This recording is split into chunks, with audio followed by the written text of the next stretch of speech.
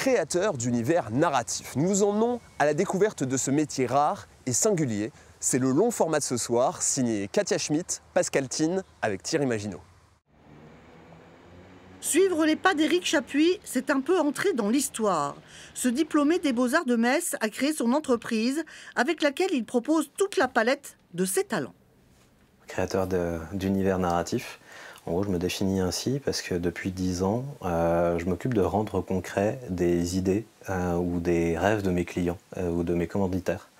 Donc, et pour ça, j'édifie une narration, une histoire, pour ajouter un peu de sacré à ces projets, et ça dans les domaines de l'art, de la culture ou du patrimoine.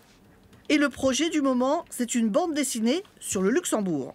J'ai été engagé par une agence pour me pencher sur l'histoire du Luxembourg en bande dessinée. Donc là, je voyage au Moyen-Âge, mais aussi au XVIIIe, avec les débuts de la sidérurgie, et je traverse l'intégralité de l'histoire du Luxembourg. Pour la BD, Éric compare son travail à celui d'un moine copiste. Il fait aussi de nombreuses recherches et y associe des historiens. Tout le travail, c'est de vérifier les vêtements, comment on s'habille à l'époque. Enfin, là, vu qu'on est sur une case guerrière aussi, le type d'armement, le type de blason aussi, les déplacements. J'ai beaucoup de cartes aussi, parce que ça me permet de me rendre compte des temps de déplacement des gens. Éric a aussi réinventé le design intérieur d'un café après avoir analysé les espaces manquants.